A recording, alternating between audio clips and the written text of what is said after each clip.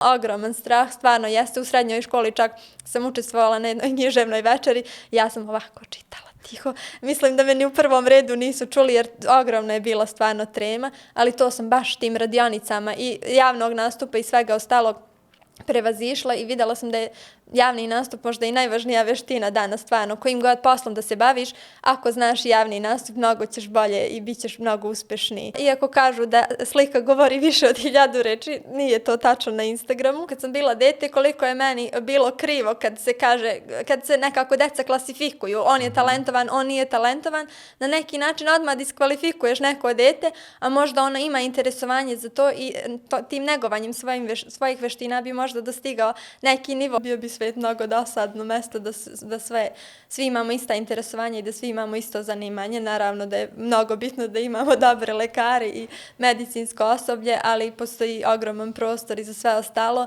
Ja se sećam jednog komentara od pre 6 godina kad sam tek otvorila svoj profil. Bila sam 4. godina, možda i više ima fakultete i to je bukvalno bila prva fotografija koju sam ja objavila na svom profilu kad sam tek počela da pronalazim svoj stil i neke stvari nisu bile dobre, ali neko je osetio potrebu da mi se javi sa lažnog profila i da mi kaže mene bi bilo sramota ovo da objavimo, briši ovo.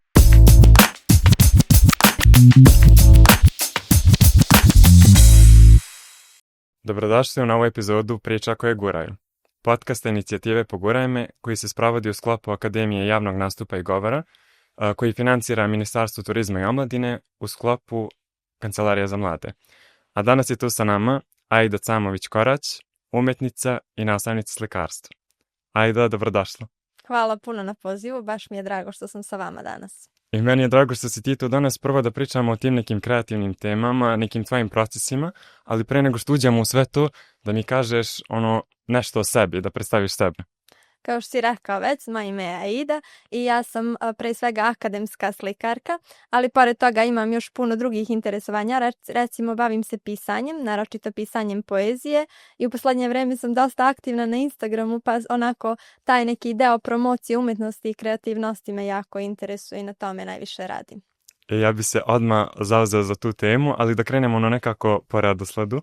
Interesuje me kako si ti došla do toga da baš želiš da studiraš prvo umetnost i kako si to u detinjstvu prvo nekako skopčala, da kažem tako. Pa moja priča je verovatno malo atipična, jer većina mojih kolega kažu ja otkako znam za sebe, bukvalno otkako znam da držim olovku, ja crtam, slikam, volim to da radim, uvek mi je dobro išlo, a kod mene je baš suprotno. Ja sam recimo u vrtiću uvek plakala kad bi trebalo nešto da se crta, jer nisam bila zadovoljna svojim radom. Sad, da li su to bili loši crteži ili sam ja samo bila malo perfekcionistički nastrojeno dete, ne znam. Uvek bude to drugo. Moguće vrlo. I onda su me, tako i u osnovnoj školi, uvek sam terala nekog drugog da mi crta i onda su me roditelji upisali na časove slikanja i crtanja. Išla sam dugo, bukvalno mislim da je 12 godina kod moje nastavnice slikanja Senade Gorčević i to mi je bio onako stvarno ulaz u jedan novi svet. Nikad neću zaboraviti taj prvi moment kad sam ušla u njen atelje. To su ateljeji koji se nalaze na potkrovlju muzičke škole. Tu osim njenog ima još 6-7 sigurno umetnika koji stvaraju i često i drže časove. I onako bio je mali ušuškan u potkrovlju sa onim krovnim prozorom, onako lepo osvetljen i uvek je bila neka lepa muzika na radiju, tako da sam uvek uživala da idem tamo i tu sam u stvari razvila ljubav prema umetnosti. Međutim, pošto sam oduvek bila štreber i imala sam sve petice, bilo mi je teško recimo da odlučim koju ću srednju školu da upišem, pa mi je bilo logičan nastavak gimnazija, a onda i fakultet. Stvarno tu je bilo bukvalno svega, od engleskog i matematike do arhitekture i slikarstva za koje sam na kraju i polagala prijemni i oboje sam upisala, ali sam se ipak odlučila za slikarstvo sa nekom idejom da ću možda nekad nastaviti da se bavim arhitekturom, ali pošto sam odužila studije, išla sam na naredni nivo, to se nije desilo i pretpostavljam da se i neće jer sad sam se fokusirala na slikarstvo. Da, pomenula si to da si kao mala išla na časove crtanja. Koliko je to bitno za decu da razvijaju te neke, prvo da kažem, te motoričke pokrete, osobine, i koliko je važno da se od malih nogu sklope sa tom umetnošću?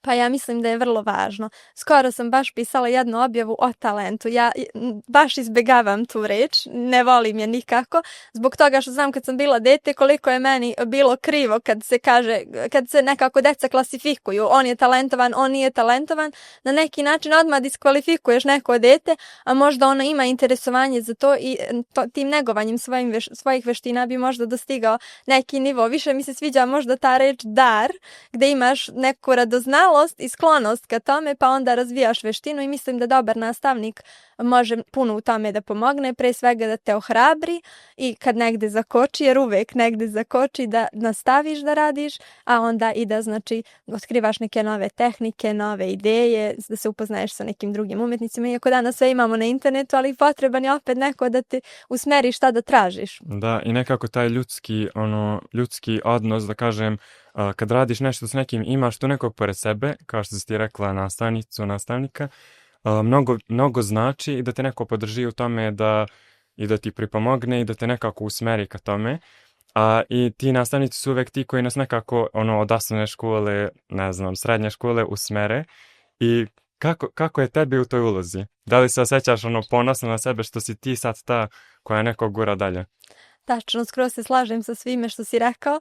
Moram da pomenem jednog indijskog naučnika koji se bavi obrazovanjem i koji kaže da je u suštini u 21. veku uloga nastavnika da ume da postavi pravo pitanje i da ume da kaže bravo u pravom trenutku, da ostalo nije toliko njegov posao i to je baš taj ljudski kontakt koji ne može nijedna tehnologija da nam nadoknadi. Jeste, ja poslednje 2 godine radim u školi, pre toga sam radila recimo neke pripreme za prijemni ili sa nekom decom manjom, onako 1 na 1, ali sad prvi put radim sa većom grupom dece i moram reći da je izazovno, nije toliko jednostavno jer nije tu samo u pitanju veština koju ti imaš, recimo likovno ili bilo koji predmet da predaješ, nego je više psihologija i neka vrsta upravljanja odeljenjem, jer kada imaš 30 ljudi u odeljenju nije isti pristup kao kada radiš sa 2 ili 3 dece, tako da je to prvo ta prepreka koja mora da se prevaziđe da bi mogli oni posle nešto i da nauče.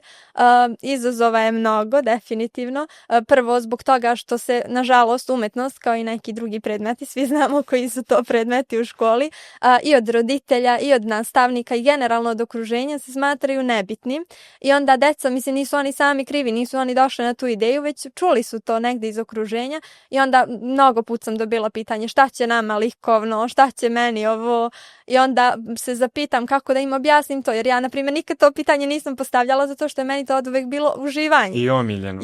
Tvoj omiljeni predmet. Jeste, i onda nikad mi nije palo na pamet to pitanje kao zašto, jer kako zašto dođeš na taj čas da se opustiš, da uživaš. Yes. I onda im objašnjavam da je dizajn od dece, grafički dizajn, ilustracija, sve bukvalno što oni imaju, kupuju u prodavnici, da je to sve neko ko se bavi likovnom umetnošću, vizualnom umetnošću osmislio, tako da na taj način pokušavam da im približim i kad prevaziđemo taj početni deo da je neophodno da se donosi materijal i pribor za rad, omiljeno mi je stvarno kad, na primjer, posle 10-15 minuta časa, kad oni počnu već da rade, kad nastane ona tišina potpuna i kad vidim da su fokusirani na rad, jer ja stvarno mislim da takva vrsta veština ne može da bude nezanimljiva kad ostaviš telefon sa strane i kad imaš pribor, nego da te uvuče u sebe i da ti posle jako brzo vreme prođe. Jeste, mislim da je to najbitnije posla za matematike, biologije, da nekako i deca sednu i rade nešto za sebe i stvaraju, jer mislim da je stvaranje najbolja stvar koju osoba može da uradi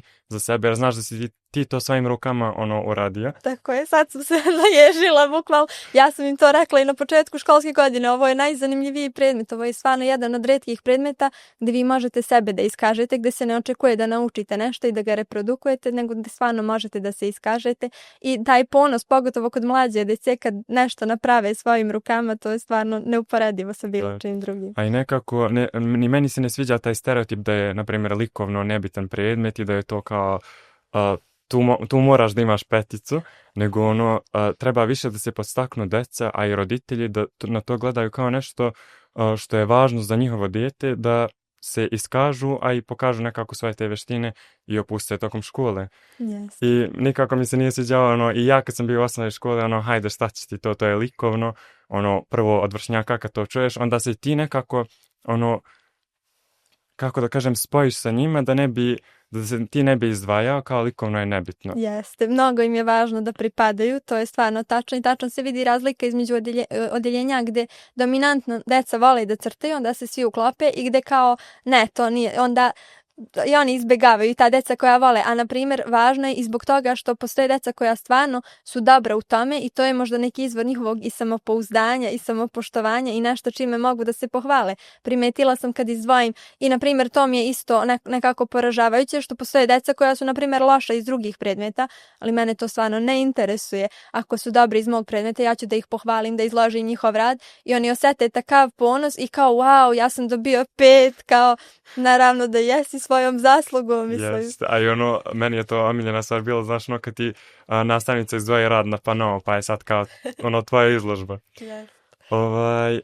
Isto da se nadovežemo na to tvoje obrazovanje, kako si ti došla do toga, mislim, rekao si da si htjela da upišeš, mislim, upisala si arhitekturu i umetnost, a kako si se odlučila da to nastaviš čak i do doktorskih studija? Odlučila sam se, nisam se toliko ja odlučila koliko su to moji roditelji odlučili. Više je to bilo na inicijativu mog oca, jer ja nekako često se dešavalo da ja ne verujem toliko u sebe i da kad negde konkurišem, recimo ja sam i za master i za doktorske studije konkurisala, a uopšte nisam očekivala da ću biti primljena. I onda stvarno sam zahvalna na tome što me podstakao, jer na master studijama sam mnogo napredovala, bukvalno za tih godinu dana sam možda napredovala više nego za 4 godine osnovnih studija. I onda su mi doktorske studije mnogo značile zbog tog nastavka, zbog kontinuiranog napretka i nekog direktnije kontakta sa mentorima i imala sam tu sreće stvarno da sam, pošto sam imala jako dobar prosek, da dobijem jednu fenomenalnu stipendiju Ministarstva prosvete, tako da sam imala 3 godine gdje sam samo slikala i radila, nisam morala da imam neki posao, nego je to u stvari bio moj posao i stvarno je to dragocen jedan moment i naučila sam stvarno u tom periodu da mnogo više verujem u svoj rad, zahvaljujući tome što smo mi imali izložbu na kraju doktorskih studija, samostalnu izložbu i pisali smo također i tezu i onda sam zahvaljujući tome kroz to istraživanje naučila kako da izrazim u stvari šta je to što ja radim, zbog čega, odakle potiče, šta je svrha, tako da mi je sad lakše i da ovako s tobom pričam i generalno kad me neko pita, jer sam sebi razjasnila sve te stvari. Da, mislim, meni je to predobro što su prvo tvoji roditelji bili ti koji su inicirali i u smislu podržali te da nastaviš dalje, jer ponekad kad se pomenu ti ta zanimanja kao što je, ne znam, gluma, umetnost, nekako mislim da je i taj stereotip prisutan da je to možda nešto što treba da ti bude samo hobi, da to ne može da ti bude posao, da od toga ne može da se zarađuje i da treba da se svi mi okrenemo ka jednom poslu, da li su to, ne znam, medicina, da, kao što je najviše i zastupljeno, kao, da li svi treba da budemo medicinari? Mislim da ne, definitivno bio bi svet mnogo dosadno mesto da svi imamo ista interesovanja i da svi imamo isto zanimanje. Naravno da je mnogo bitno da imamo dobre lekare i medicinsko osoblje, ali postoji ogroman prostor i za sve ostalo, naročito danas, stvarno, jer nekad mi slušamo savete nekih ljudi koji su možda naši nastavnici, profesori, koji su ipak iz neke druge generacije i koji možda još uvek ne razumeju dobro savremene medije. Evo između mene i tebe, ne znam koja je razlika, možda 10 godina, pa si već ti mnogo bolji u nekim, recimo na TikToku i nekim tim novijim stvarima nego ja, a da ne govorimo o našim roditeljima i njihove generaciji. I onda možda oni tek sad počinju da shvataju stvari, značaj toga i da, na primjer, nije isto ako si bio slikar u Novom Pazaru 90. godine, kad stvarno nisi imao način da neko čuje za tebe i danas gde ja isto živim u Novom Pazaru, ali kad postavim objavu na Instagramu to da vidi minimum 100 ljudi, što je kao za Instagram malo, ali to je ogroman broj, a ne da ne pričamo o hiljadama ljudi i onda nekom se dopadne moj rad, naruči, kupi, pozove me na neku izložbu, stvarno mnogo sam prilika zahvaljujući recimo samo Instagramu dobila. Da, mislim da su i društvene mreže te koje nekako ispajaju sve nas na jednom širokom polju. U kontaktu si sa milion ljudi iz svoje kuće, na primjer, i mislim da je to jako bitno da se i da kažem, ta umetnost nekako i plasira, da svi mogu da je vide, da ne sedi samo kod kuće zakačena na zidu. A i pomenula si razliku u generacijama, kako, na primjer, stariji od nas gledaju na to što mi sad radimo. I mene interesuje ovako tvoje nekako zapažanje, kako je nekad ono bilo pogled na umetnost kad si ti tek započinjala i kako je sad? Da li misliš da ima neke razlike i sa razvijanjem i samih društvenih mreža ili je ono nekako stalo isto? To je baš teško pitanje jer ja sam nekako uvek iz svoje pozicije gledam, teško mi je malo iz tuđi cipela da se gledam tu situaciju, ali iz mog ugla kao umetnice mislim da jeste puno lakše. Recimo, ja sam bila, mislim, 4. godina srednje škole kad je Instagram kod nas počeo aktivnije da se koristi i tad smo to shvatali kao neku društvenu mrežu gdje ćeš da filtriraš fotografije i kao da ih čuvaš da bi ih postavio na Facebook, otprilike to bilo to. Ili bukvalno editing aplikacija ili da imaš tu neke svoje prijatelje i kao ja sam tu postavljala neke svoje umetničke fotografije, ono ne znam, detalj neba, tekstura nekog, ne znam, ulice ili šta god i tek posle sam u nekom trenutku shvatila da to može da se koristi i za druge stvari. Meni je mnogo značilo za ovo sad što radim na svom Instagram profilu, iskustvo koje sam stekla zahvaljujući tome što sam nekoliko godina vodila blog koji se zvao Liliputanke sa svojom drugaricom Martinom. Bile su dosta slične teme kao sad, također kreativnost, umetnost, pored toga su bila i putovanja, neke zanimljive stvari koje smo mi pročitale pa želimo da podelimo i da stavimo kao sebi svoj neki podsjetnik tu. To mi je mnogo značilo da naučim u stvari to čuveno kreiranje sadržaja, tako da sad mi je to mnogo lakše da primjenjujem i treba mi mnogo manje vremena recimo za jednu objavu nego što mi je tad bilo potrebno. Da, ovo je generalno i moja omiljena tema, kreiranje sadržaja, hvala što si krenula nekako s tim.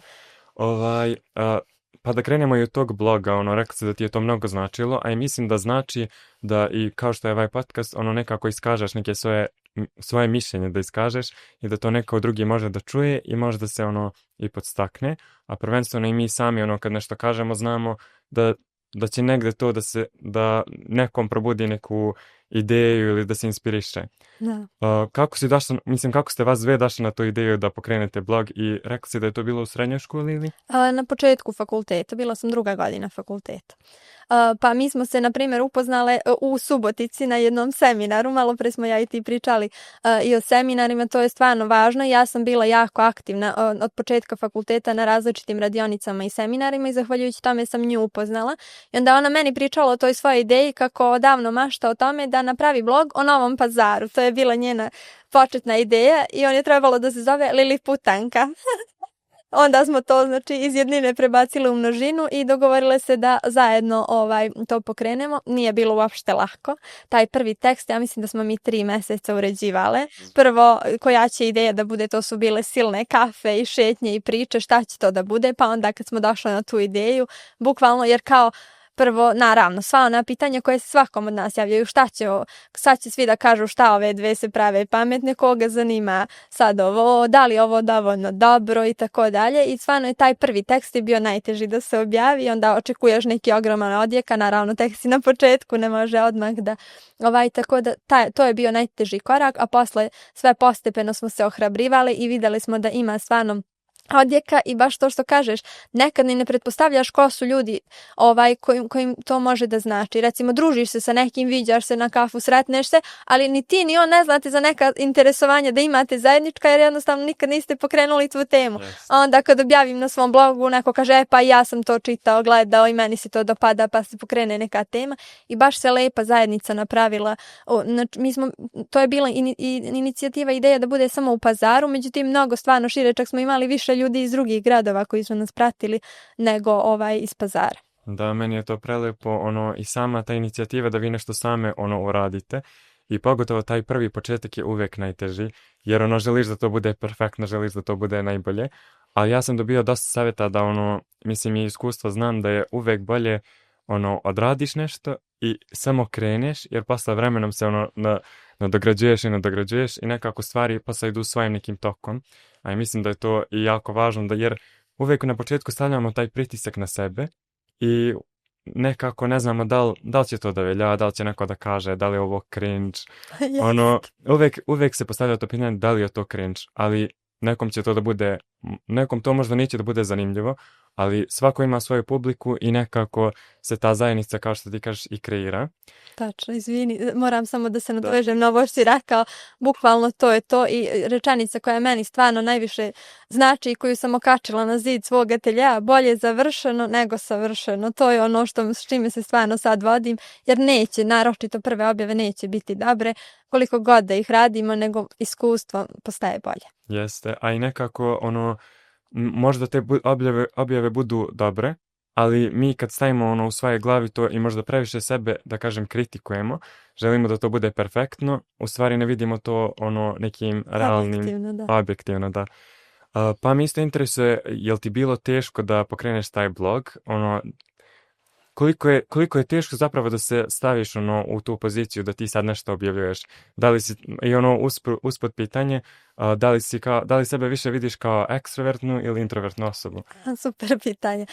Pa što se tiče tog bloga, bilo je mnogo lakše što smo nas dve zajedno, jer stvarno imamo neke slične veštine, kao što je recimo pisanje, ali i dosta različite veštine. Martina je mnogo praktičniji tip od mene, ona je, na primjer, ta osoba koja je neke tehničke detalje završila, zakupila domen i hosting i tako dalje, registrovala neke stvari, a onda smo zajedno stvarno ohrabrivali jedna drugu kad negde onako neka nesigurnost naiđe, tako da je mnogo bilo lakše zajedno i mislim da bez toga ne bih se ohrabrila ni sad sama, jer uvek mislim da nam je svima glavni problem ti neki hate komentari, to što će neko da nam kaže, to je retko, ali mnogo više ostavlja trag nego svi oni pozitivni komentari i mislim da je to stvarno najveći problem ljudima i to kad se prevaziđe da je sve drugo mnogo lakše, naravno znači nije lako u početku, ali sve zavisi šta ti je cilj i na šta se fokusiraš. Stvarno, mnogo mi je vrednije to što smo se povezali s nekim ljudima, dobili tu neku svoju zajednicu, ljudi sa sličnim vrednostima,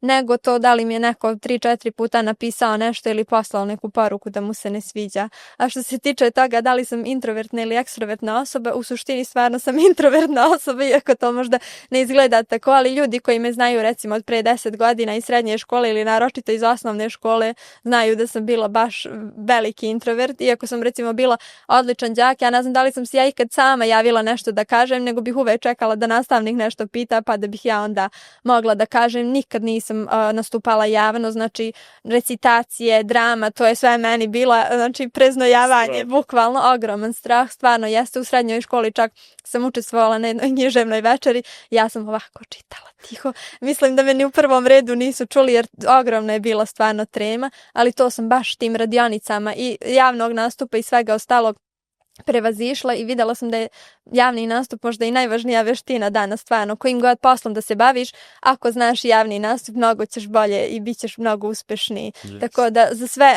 moje fellow introverts moguće je da se to stvarno prevaziđe i važno je da se radi na toj veštini. Evo recimo i rad u školi je stvarno potrebna ti je mnogo ta veština. Ako nemaš veštinu javnog nastupa, nemoguće je to raditi. Da. Nekako i taj javni nastup ti vuče sve ostalo, jer ti ako ne znaš da nekako i predstaviš što radiš, nekako to ne može da dođe do neke tvoje publike i da to ljudi zapravo zapaze. A to za introverte, ja poistovećujem s tobom jer ja znam sebe u osnovnoj školi i kao kad bi rekao sebi, Muhamedu iz osnovne škole kao ti ćeš da vodiš podcast, pričat ćeš pred kamerama, šok. Ali mislim da je to jako važno i nekako to neformalno obrazovanje, kao što si ti pomenula, a i malo pre smo prije snimanja razgovarali o tome koliko je važno da zapravo od nekle kreneš i kao što si i ti sa Martinom započela taj blog, nekako ti treba i da ti neko bude na tom putu uz tebe. Pa da mi kažeš da li je bilo tu tog nekog neformalnog obrazovanja i koliko misliš da je značajno za ne samo formalno, već i za sve buduće pasove koje će nas naći u životu. Meni je to bukvalno ključna stvar, pored mog fakulteta, pored znači tog svog slikarskog znanja i umetničkog obrazovanja, ključne veštine sam stekla zahvaljujući neformalnom obrazovanju. Imam bukvalno listu od 50 obuka na kojima sam bila i u Pazaru i uglavnom sam u zemlji, nisam nešto išla u inostranstvo, ali bukvalno išla sam na mnoge obuke koje mi se nisu svidjele. Naprimjer, pisanje projekata, to apsolutno nije za mene, to je toliko nešto tehničko, ali me je zanimalo da vidim šta je to. I probala si, vidjela si da li je to zapravo za tebe. Baš tako. Išla sam na te radionice, recimo novinarstva, išla sam na radionice kreiranja online kampanja, na radionice čak neke političke, o socijaldemokratiji koje mi se također nisu svidjele, ali sam tu stekla stvarno neko šire znanje, baš na svakakve vrste i onda sam u stvari shvatila da je taj kreativni deo, onda da to pisanje, javni nastup, da je to nešto na čemu mogu da radim i što me zanima, iako sam bila očajna u početku u tome, ali stvarno verujem da učenje može sve da se nadoknadi. Da, i nekako taj proces, svi mi mislimo da ako nam ne ide nešto na početku da treba da odustanemo, a već treba što više i više da guramo i nekad neka tema možda nije za nas, ali treba je isprobati, vidjeti da li to odgovara nama. Kao što si ti rekla, nekad idemo na neke stvari koje nam se možda i ne svide, da bi zapravo vidjeli šta je to ono što mi volimo i šta je to za nas. Tako je, sviđa mi se mnogo jedna rečenica gdje kažu mi u stvari ne pronalazimo sebe, nego bukvalno kreiramo sebe. Yes. Jer pronalazimo isprobavanjem. Znači to je neki jedini recept i jedini put, jer stvarno neke stvari misliš da ti se neće svidjeti, ali nikad ne znaš dok ne probaš. Jest. Također ti si sad skoro imala jednu prelepu izložbu, moram da kažem, zato što mi se mnogo svida prvo prostor u kojem se nalazila, zato što sam ja bio sklopom okolnosti na Srebrnom jezeru na jednom polumaratonu i baš smo obišli Golubačku tvrđavu i da mi kažeš kakav je bio tvoj utisak, bukvalno Disney priča, izložba u dvorcu, ne znam kako najbolje opisati. Bukvalno sam se tako i osjećala i eto, tu je super prilika da pomenem da sam tu izložbu dobila zahvaljujući društvenim mrežama. Direktorka tvrđave me videla na Facebooku i javila mi se još prošle godine na leto. Facebook nije mrtav. Nije mrtav Facebook, čak često slike prodajem na Facebooku, verovatno zato što je tamo starija publika. Da, i to mi je jako bitno, izvini što te prekidam, da se kaže da ne treba da se isključuju neke mreže, kao što je Facebook, kao to je samo za starije, kao što je za stereotip, a mislim da tu ima mnogo više komunikacije među ljudima.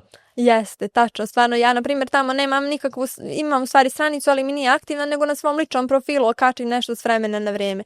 I oni su me pozvali, ja nisam nikad ranije bila, iako sam imala želju da odem i nekako nisam imala predstavu šta da očekujem u smislu koliko tu ljudi dolazi i slično. Mislila sam da je to kao u većini Srbije, znaš, 100-ak ljudi dođe i tako dalje. Međutim, stvarno sam se fascinirala brojem ljudi koji dolazi. Recimo, ona mi je rekla da je u poslednja 2 mjeseca dok je bila moja izložba tu, da je tvrđava imala 50.000 posetilaca. Ja sam bila stvarno u šoku i prodala sam nekoliko radova nekim tu lokalcima i neke je kupio čak jedan ruski turista, što mi je bilo baš onako interesantno da su mi slike otišle za Rusiju, ali prostor je neverovatan. Stvarno, to je najlepša tvrđava u kojoj sam ja bila, sigurno najlepša u našoj zemlji, obnovljena je skoro, znači ima sve moguće i moja izložba je bila u tom prostoru koji se zove Palata, koji ima ogromne prozore koji izlaze na Dunav.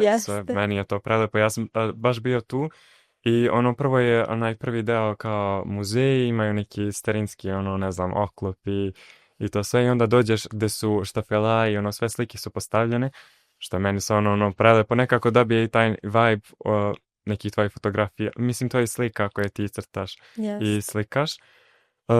Pa sada mi kažeš više o tome kako ide taj tvoj proces, kako si se ti osjećala dok si se pripremala za tu izložbu i kako je to sve na tebe uticalo. Hvala ti na tom pitanju. Generalno, to je bila sad već moja 15. samostalna izložba, tako da sam dosta ušla nekako u ritam i imala sam već dosta nekih radova. Sad sam samo dopunila tu kolekciju stvari, jer paralelno sam imala još jednu izložbu koja je u Herceg Novom bila, tako da su svi najveći formati već bili tamo, tako da je bilo potrebno da dopunim ovamo još nekim radovima. Ja imam tu temu kojom se bavim duže i motive koje obrađujem. Pre svega, meni je cilj da moja umetnost bude lepa, iako to možda nije popularno sad u poslednje vreme, dosta su naravno popularne i druge vrste umetnosti koje ja volim i rado pratim, koje su nekad i šokantne, to su neki performansi i slično, ali i to takozvano štafelajno klasično slikarstvo je vrlo živo i vrlo postoji interesovanje za njega.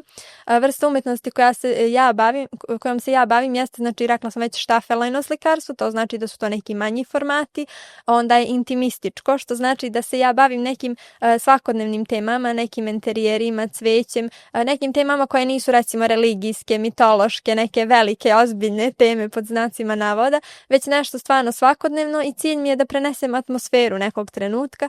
Svetlost je glavno što prikazujem na svojim radovima i koristim tehnike uljeni pastel, to su stvari one voštane boje i ulje na platnu. Meni je to prelepo, ja se nekako prebacujem sa ovih termina fotografija i slika, moram da kažem da su potpuno različiti, zato što ja kad se bavim fotografijama, uvek gledam te, da kažem, senke i svetlost, jer nekako najbolje se i najintimnije prikaže neki osjećaj, a i sviđa mi se što ti to koristiš, prikazuješ nekako neke svakodnevne stvari koje možda mi i ne primetimo, ja sam prolistao tvoj profil i video, mislim, pratim te, i stalno vidim, to je, na primjer, scena u prostoriji, priroda, i mnogo mi se sviđa što prikažeš nešto što, na primjer, mi prođemo samo par toga i ne osjetimo nikakvu emociju, jer svakodnevno to vidimo, a ti to, da kažem, uramiš.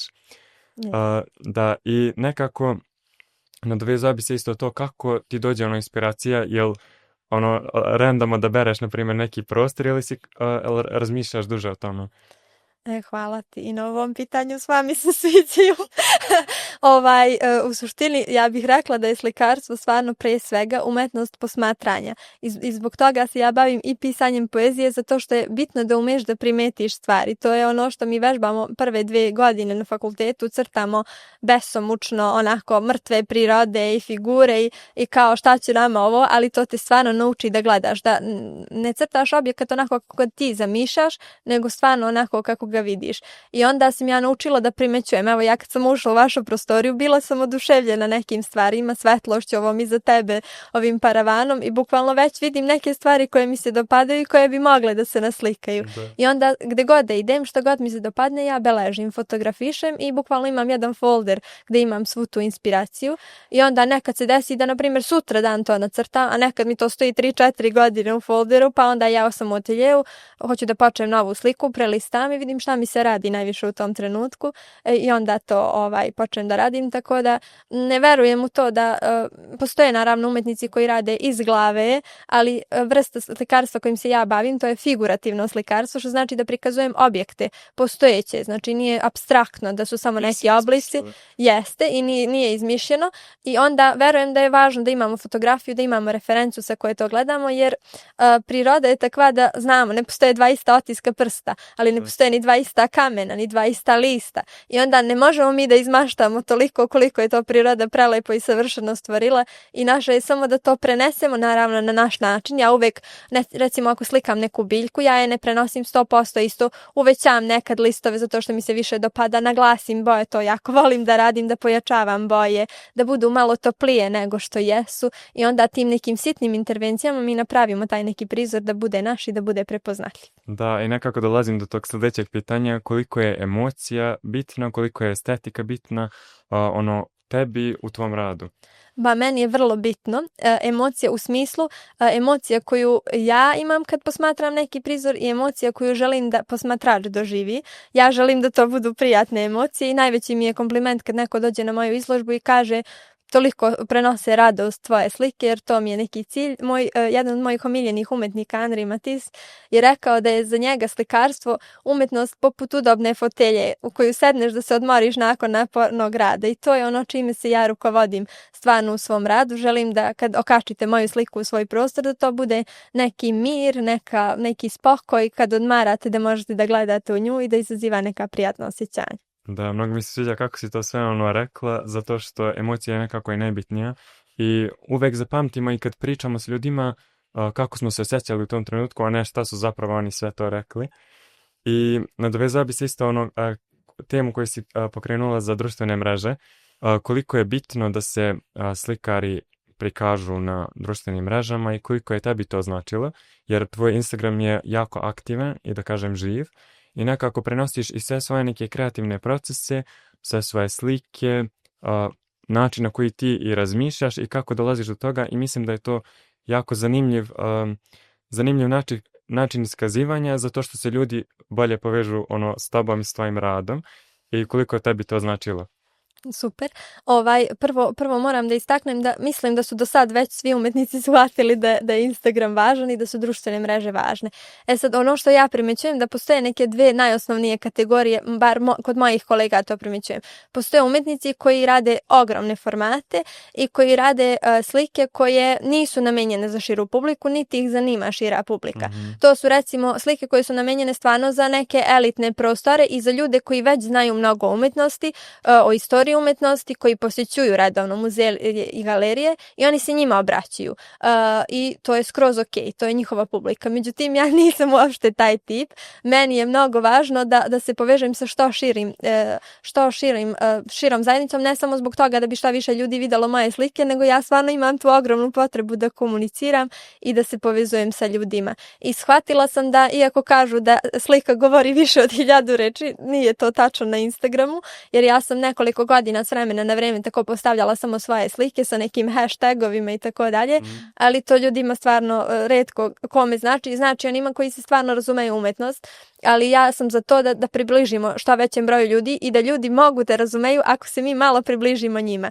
Imam recimo problem sa istoričarima umetnosti često na otvaranjima izložbi i na pisanjima tekstova za izložbe, gde to pišu na tako jedan stručan način, kao da pišu doktorski rad ili neki naučni rad, a kao da je cilj da mi umetnost što više udaljimo od prosječnog čoveka. Tako da u poslednje vreme sama pišem svoje tekstove i nađem neku priču, recimo priča koju sam mnogo puta ispričala, to je priča o jednom persijskom kralju koji je krenuo u pohod na Grčku sa 2 miliona vojnika, znači ogromna svita, ali je video jedno prelepo drvo i zaustavio je tu vojsku ceo dan i noć kako bi se divio lepoti tog usputnog drveta. I to je za mene jedna divna metafora šta može da uradi umetnost i to je ono čime često recimo započnem svoju izložbu, da se ljudi osete bliže tome i stalno pričam o svojim radovima i dosta ljudi koji su kupili i moje printove i moje radove kažu da ih je u stvari, da, lepa im je slika, ali ne izazove emociju dok ne pročitaju tu priču i onda povežu se sa njom. Da, baš sam to htjela da pitam, da li ljudi kad vide tvoju sliku, da li kažu baš šta si ti zamislila, neki detalj koji si istakla, ili već ti moraš više da porazgovaraš s njima kako bi ih privuklo tom radu? Ima i jednih i drugih na izložbama. Ja volim mnogo kad mi ljudi dođu sa svojom nekom interpretacijom, to mi je mnogo zanimljivo jer desi se nekada je nešto što meni nije ni palo na pamet. Da su svako vidi drugačije. Jeste, evo pre neki dan mi se javila jedna drugarica, imam jednu sliku maslačak koji izniče iz betona i ona kaže da je skoro slušala jedan divan podcast gde je psihološkinja uporedila ljude, kao rekla da postoje ljudi maslačci i ljudi orhideje. Ljudi orhideje su ljudi visoko senzitivni ljudi kojima treba mnogo pažnje, određena vrsta saksije, voda i tako dalje, inače će da u venu neće da im bude dobro, a postoje ljudi koji su kao maslačci, koji mogu u svim uslovima da opstanu i koji su mnogo onako rezilientniji, da tako kažem, tako da mi je to bila baš lepa priča, a ja sam recimo jedan cvet koji izrasta iz kamena negde poistovetila sa tim konceptom fitre u islamu, gde jednostavno postoji ta neka naša unutrašnja energija i čistoća koja bez obzira u kakvim uslovima odrastamo i kakvo je naše okruženje, da ona ostaje netaknuta i da uvek možemo njome da se vratimo. To je recimo nešto što je mnogo ljudi dotaklo i onako oduševilo ih i onda su želeli da imaju takvu sliku koja će na to da ih podsjeća. Da, prelepo mi je to kako si prvo iskazala sve i opisala, jer nekako mislim da je taj maslačak koji izniče iz kamena zapravo i ta metafora u životu da uvek treba da se pored svih tih nekih blokada to nešto svoje istaknemo i prikažemo. Tako je, slažem se skroz. Da li ti se nekad dešavala neka kreativna blokada i isto me interesuje, pošto si malo pre pomenula, ti negativni komentari, bilo to da li je uživo, da li si čula negde u prolazu ili na društvenim mrežama? Pa definitivno imala sam te periode kreativnih blokada, recimo baš kad sam bila na master studijama jer nisam bila toliko sigurna u svoj rad. Nas je ovdje na klasi bilo 6, ja sam otišla samo u toj klasi mog profesora je bilo nas 25, svako od tih ljudi je imao svoj stil, svoju neku viziju, bili su neki fenomenalni, mnogo dobri i mnogo sam od njih naučila i onda nisam bila sigurna da li su moji radovi dovoljno dobri, da li je to što ja radim kič ili ne, pošto recimo slikala sam jednu sliku ugao one ala turka sobe i onda sam razmišljala da li je to previše puta obrađena tema, da li je to nešto što priliči jednom akademskom umetniku, ali onda sam dobila smjenice oko toga da nije toliko bitno šta ti slikaš, već na koji način. I onda sam se postepeno ohrabrivala, čitala sam puno knjiga o kreativnosti, puno knjiga self-help takozvanih popularnih i jednu knjigu bih preporučila koja se zove Put umetnika, koja je u stvari neka vrsta kursa gdje ti imaš određene zadatke koje treba da radiš na nedeljnom nivou da bi nekako se oslobodio i da bi bio hrabriji. Mislim da je nekako sve što radimo utiče i na našu umetnost. Ako smo mi osoba koja ne može da iskaže svoje mišljenje i jednostavno stidljiva je, teško će nam biti i umetnosti često da to iskažemo, nego nekako kad se oslobađamo se na svim poljima. Sad sam zaboravila drugo pitanje koje je bilo. Ja ti ovako iskombinirano 2 pitanja, ali kakav je, mislim, pomenula si malo pre da je jako lepo kad se povežemo sa zajednicom i čujemo lepe komentare, ali kako je kada vidiš neki negativni komentar i da li uopšte ima? Da, ima, naravno. Pre mi je stvarno jako teško padalo. Ja se sećam jednog komentara od pre 6 godina kad sam tek otvorila svoj profil. Bila sam 4. godina, možda i više ima fakultete i to je bukvalno bila prva fotografija koju sam ja objavila na svom profilu kad sam tek počela da pronalazim svoj stil i neke stvari nisu bile dobre, ali neko je osetio potrebu da mi se javi sa lažnog profila i da mi kaže mene bi bilo sramota ovo da objavimo, briši ovo. Mene je to stvarno mnogo pogodilo u tom trenutku jer ni ja sama nisam bila sigurna u svoj rad. Da. A sad je stvarno mnogo drugačija situacija. Imam znači prvo i diplome, a i van diploma stvarno mnogo radim i onda zahvaljujući tome sam stekla veliko samopouzdanje. Ja sam svesna da moji radovi nisu niti najrevolucionarniji, niti najoriginalniji, niti najbolji na svetu, ali su moji i da imaju jedan ozbiljan umetnički nivo. Tako da stvarno u tom smislu ne može da me poljulja, a ima, pošto aktivnija sam mnogo na mrežama i mnogo veću publiku dostižu moji radovi, moje objave i onda ima ljudi koji ili nisu iz tog sveta ili jednostavno imaju drugačija mišljenja i onda osjećaju potrebu da nešto kažu, da se požale, da pokude i tako dalje. I negde sad pravim i tu razliku u glavi. Gledam prvo sa kog profila je to komentarisano. Ako je maliciozan komentar sa lažnog profila, ne odgovaram stvarno ili im napišem hvala vam, ali ne odgovaram lažnim profilima.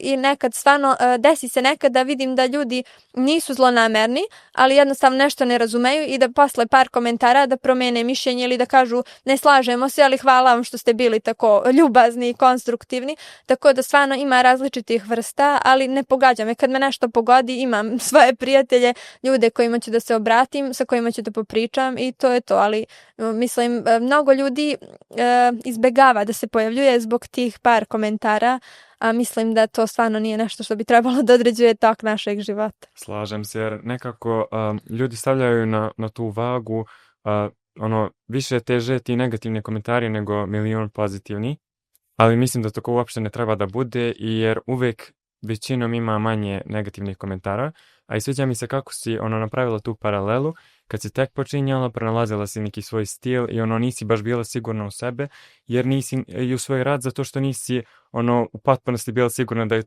to što ti voliš i tvoj neki stil. Ali nađe se tu negativni komentar i uvek poljulja, a pogotovo kad tek počinjemo. A sad, kad si već i ostvarena, imaš brojne diplome i imaš znanje i iskustvo koje si godinama gradila i to niko ne može da ti poljulja jer ti znaš šta je tvoj rad. Meni, na primjer, isto nije jasno. Ja nisam osoba koja ostavlja komentare generalno. Kad mi se nešto baš svidio, stavim komentar, ali mislim da nikad nisam komentarisala nešto što mi se ne sviđa. I onda stvarno ne razumem tu potrebu ljudi da to rade. Ali sad sam malo počela, kad sam malo više čitala neke knjige i o psihologiji, razumem. Obično, stvarno, neki ljudi koji su ostvareni, koji imaju dovoljno obaveza, koji rade na nečemu svom, nemaju vremena time da se bave. Stvarno nemaju. Evo, kreneš od sebe, koliko imaš aktivnosti, čime se sve baviš, čak i da vidiš nešto što ti se ne sviđa i da pomisliš kao sigurno nećeš da odvojiš vreme, da napišeš komentar od 10 rečenica tu, tako da to dosta govori. Da, ne bi dalje produžio taj komentar, jer bukvalno niko neće da odvoji svoje vreme da bi nekoga učinio da se osjeća loše. I Tako je. Pritom što sad opet imam skoro 30 godina i znam upoznala sam dosta ljudi i znam da neki ljudi koji, na primjer, pre 10 godina su bili očajni u nečemu, su sad profesionalci u tome, zato što ih je neko ohrabrio i zato što su se trudili. Opomenuli ste sad ohrabrenje i koliko je važno da imamo nekog pored sebe da nas gura i ko je tebe gurao zapravo? Opet, moji roditelji, naravno, na prvom mestu, stvarno, ali i moji prijatelji, mnogo puta, evo, moram Martinu ponovo da pomenem, pored tog bloga, stvarno, i kad sam otišla na master studiju u Beogradu, ona je često dolazila i pomagala mi je mnogo, zato što ona tamo već živela, poznavala je grad, mnogo stvari mi je pomogla i znači brojni moji drugi prijatelji, da sad ih ne nabrajam, nekog ću zaboraviti, ali stvarno taj najuži krug prijatelja i porodice je uvek tu da podrži i da negde kad imaš neku sumnju ili jednostavno neku frustraciju da podeliš to sa njima, jer stvarno niko od nas ne može sam. I u toku razgovora si također pomenula da pišeš. Možeš nešto više da mi kažeš o tom tvom pisanju, a čak znam da si i izbacila 2 zbirke. Pored tog svog slikanja imaš i taj neki svoj deo gde pišeš neke svoje misli i to sve osmišljavaš. Jeste, hvala ti što si to spomenula. Prvo bih da se osvrnem na ovo malo pre što si rekao za to ohrabrenje. Negde je meni ideja isto ovog Instagram profila da i on bude neko ohrabrenje, pored toga što je promocija mog rada i povezivanje, da stvarno bude ohrabrenje nekim ljudima koji se bave sličnim stvarima. A opet to nadovezuje i na ovu priču o pisanju, gde sam, zahvaljujući tome što sam deo radionica kreativnog pisanja Enesa Halilovića i zahvaljujući toj zajednici tamo i zahvaljujući Enesu, uspela u stvari da objavim i prvu zbirku i gde me on ohrabrio. Opet, naravno, ja nisam bila sigurna da je to za objavljivanje, ali me on podstakao, onda je ta zbirka bila i nagrađena. Pa sam se posle ohrabrila, napisala drugu koja mi je objavljena također na istoku Srbije, tamo imam nešto sreće sa njima, tako da eto, bez tog ohrabrenja stvarno ništa i mislim da mi je poezija pomogla u smislu što me ohrabrila opet i taj deo negde, pisala sam blog, ali blog je malo manje ličan nego poezija u mom slučaju i onda me ohrabrila i za ovo sad što radim da baš neke svoje najličnije stvari delim na Instagram. Da, mnogo mi je cool ovaj spoj slikarstva i poezije i mislim da se dosta poistovećuju i nekako da mi kažeš kao koji su motivi kada smišljaš tu poeziju i da li te možda neka tvoja slika inspiriše da nešto napišeš? Inspiriše i u stvari obe zbirke se bave negde i slikarstvom. Prva se zove Mikroplastika, što ne zvuči ovako na prvi pogled da ima veze sa slikarstvom, ali negde daću ti zbirku da pročitaš pa ćeš vidjeti vezu, a druga se zove Ja sam muzej, tako da ima umetničke konotacije i negde sam i dobila od tih žirija za neke nagrade za koje sam konkurisala da je to u stvari najvrednija njena stvar u mojoj poeziji, to povezivanje dve različite umetnosti, tako da povezuje se sve, a razlika je u tome što negde, rekla sam malo pre slikarstvo, tu prikazujem neke najlepše prizore, a poezija mi služi da nekako neke svoje frustracije i neke negativna osjećanja da se ispraznim i da nekako ih zabeležim, da se oslobodim njih, jer verujem da pisanjem se oslobađamo nekih stvari. Ja sam trenutno oduševljen i naslovima zbirki. Prvo to Ja sam muzej, mislim da smo svi mi neki muzeji u sebi i da svi imamo neke slike i izložbe koje stalno menjamo. I rekla si to da nekako pisanjem ispoljavaš te neke svoje osjećanja i misli. Da li uporedo radiš i na svojim slikama, da li slikaš i pišeš ili nekako imaš, da kažem, vreme odvojeno i za jedno i za drugo? Pa više su to neke faze, recimo poslednjih meseci nisam ništa pisala jer sam baš onako i oko izložbi fokusirana i sad i oko Instagrama i oko slikanja, uređivanja tog prostora u kome radim i nekako uporedila sam to jednom sa baštom, bukvalno meni je slikarstvo kao baštovanstvo, svakog dana tu treba nešto da plevimo, da dodajemo, da zalivamo, a nekako mi je poezija kao ribolov gde zabacimo udicu i onda čekamo nešto da se desi, ne zavisi toliko od nas, bar i u mom slučaju tako, nego jednostavno treba nešto da se desi da pokrene neki proces. Da, baš si to dobro rekla, jer slikarstvo je nešto što konstantno neguješ i radiš, kako bi i te svoje veštine stalno i negovala, a poezija je nešto što te pogodi u trenutku i ti to zapišeš. mnogo mi je inspirativan ovaj razgovor i mislim da bi se odužio na 2 sata, ali nekako i da prikažemo i mladima i da ti pošalješ neku svoju poruku, jer mislim da si dosta toga i ostvarila i da je tu jedan dug proces svog tog pronalaženja, da prikažeš mladima nešto što je tebi najbitnije bilo tokom celog tog procesa. Je li to bilo pitanje? Da, kao... Dobro, znači da im kažem nešto što je meni bilo najvažnije. Pa definitivno isprobavanje, pokušavanje, kao i za tehnike u slikarstvu. Ja sam mnogo lutala, radila sam i vez na platnu i neke kao mini instalacije.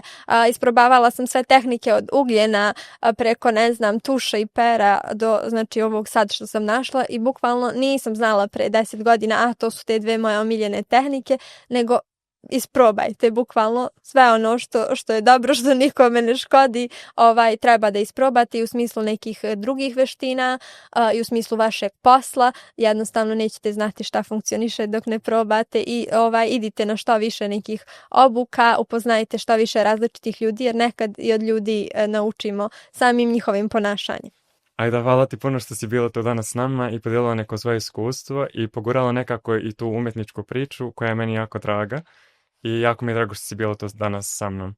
Hvala ti puno, ja sam stvarno uživala u ovom razgovoru, nadam se da će gledaocima biti bar delimično lepo kao što je nama danas bilo. Slušali ste Aidu kako umetnost prikazuje kroz svakodnevnicu. A ja vas ovim putem pozivam da nam pišete u komentarima koga želite sljedeće da vidite u našem podcastu. A mi smo pogurali priču, a na vama je da gurate dalje.